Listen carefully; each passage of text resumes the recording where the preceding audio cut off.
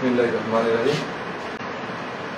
বাংলাদেশ জাতীয়তাবাদী শ্রমিক দলের অন্তর্ভুক্ত ঢাকা মহানগর জাতীয়তাবাদী হকার দলের আজকে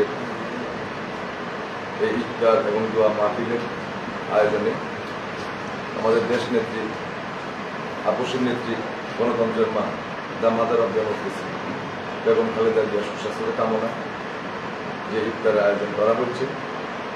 ইফতারে সম্মানিত সভাপতি, বাংলাদেশ জাতীয়তাবাদী হকার দল ঢাকা মহানগর কমিটির বিপ্লবী সভাপতি জনাব আলহাজ হাজি কুদ্দুস এবং সংগ্রামী সাধারণ সম্পাদক জনাব মোশাররফ হোসেন সহ শ্রমিক দল ঢাকা মহানগর দক্ষিণের বিপ্লবী যুগ্ম আহ্বায়ক জনাব আরিফ হোসেন খান রনি, বিপ্লবী যুগ্ম আহ্বায়ক জনাব জিল্লুর রহমান খান, বিপ্লবী যুগ্ম আহ্বায়ক জনাব আনোয়ার হোসেন খান এবং জাতীয়তাবাদী ঢাকা মহানগর হকার দলের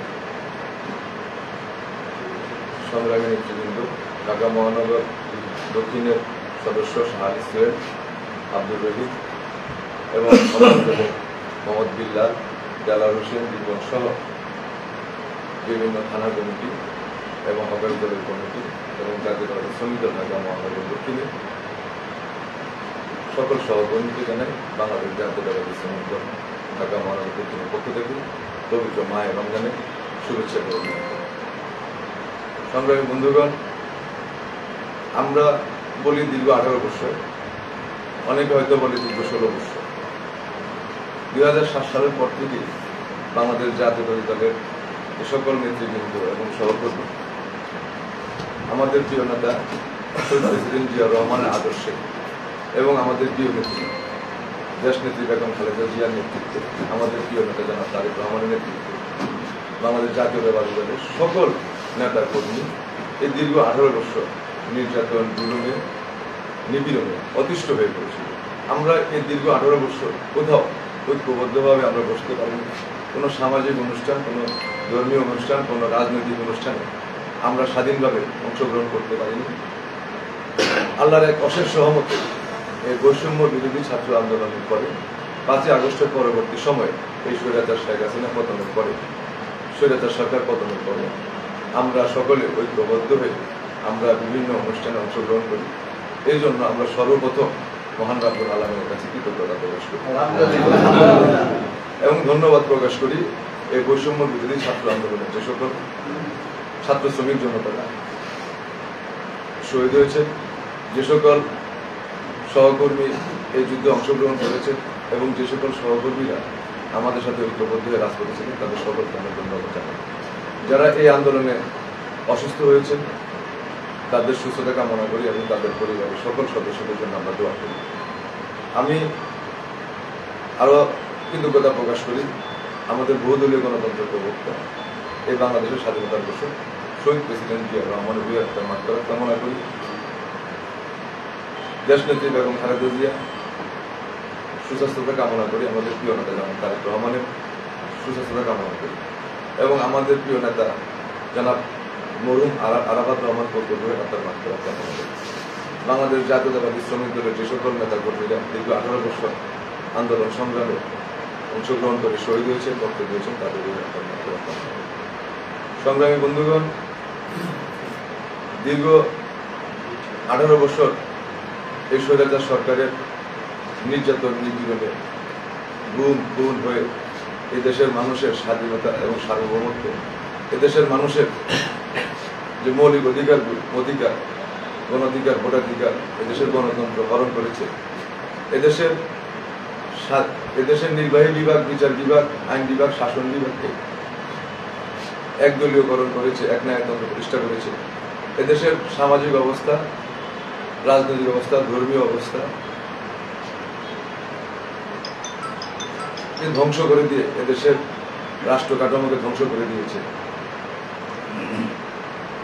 তখনই আমাদের প্রিয় নেতা জনাব তারেক রহমান যখন দেখতে পেলেন যে এদেশের মানুষ আর কোথাও কোনো আশ্রয় পাচ্ছে না, আর কারো কোনো সহযোগিতা পাচ্ছে না, এদেশের মানুষকে নির্যাতন, জুলুম করে, অত্যাচার, নিপীড়ন করে, তাদেরকে হত্যা করে, এদেশের গণতন্ত্রকে হত্যা করে মানুষকে এক ভয়াবহ অবস্থার মধ্যে ফেলে দিয়েছে মানুষ যখন কোথাও বিচার না পেয়ে এদিক সেদিক ঘোরাফেরা করছে, ঠিক তখনই আমাদের প্রিয় নেতা জনাব তারেক রহমান আমাদের শহীদ প্রেসিডেন্ট জিয়া রহমানের 19 দফার আলোকে 27 দফা বর্ণনা করেন। সংগ্রামী বন্ধুগণ, পরবর্তীতে বাংলাদেশের সকল রাজনৈতিক দলগুলো প্রায় 64টি নিবন্ধিত এবং অনিবন্ধিত রাজনৈতিক দল, এদেশের সকল শ্রেণী পেশার মানুষ, সকল পেশাজীবী মানুষ, সুশীল সমাজ, মানবাধিকার সমাজ এবং বিভিন্ন শ্রেণী পেশার মানুষ ঐক্যবদ্ধ হয়ে 31 দফা বর্ণনা করে।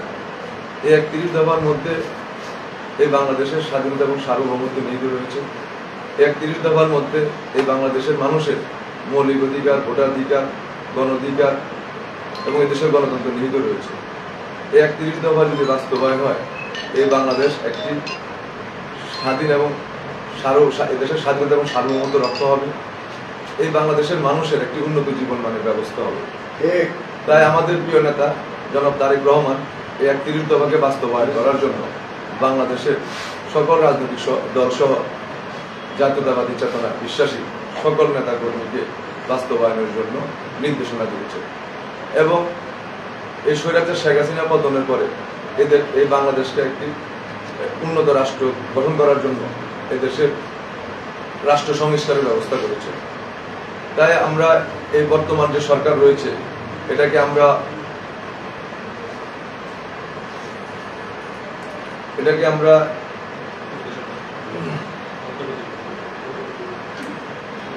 অন্তর্বর্তীকালীন সরকার বলি, তত্ত্বাবধায়ক সরকার বলি, যেভাবে আমরা বলি না কেন, এই সরকার প্রতিষ্ঠিত হয়েছে বাংলাদেশকে সংস্কার করার জন্য। তাই আমাদের প্রিয় নেতার নির্দেশ যে এই বাংলাদেশকে একটি সংস্কারের মাধ্যমে একটি সুন্দরভাবে তৈরি করতে হবে এবং একটি গণতান্ত্রিক প্রক্রিয়ায় নির্বাচন দিয়ে এদেশে একটি গণতান্ত্রিক রাজনৈতিক সরকার গঠন করতে হবে। এই জন্য আমাদের প্রিয় নেতার নির্দেশনা এই সরকারকে আমরা আমাদের যাদের অবস্থান থেকে সহযোগিতা করব। আমরা আমাদের নেতার নির্দেশনা আমরা পালন করব। সংগ্রামী বন্ধুগণ, আপনারা জানেন যে বাংলাদেশ যখনই কোনো ক্রান্তি লগ্নে এসে পড়বে, ঠিক তখনই জাতীয়তাবাদী বিশ্বাসী জাতীয় চেতনা এদেশের মানুষ এই বাংলাদেশের পাশে দাঁড়ায়।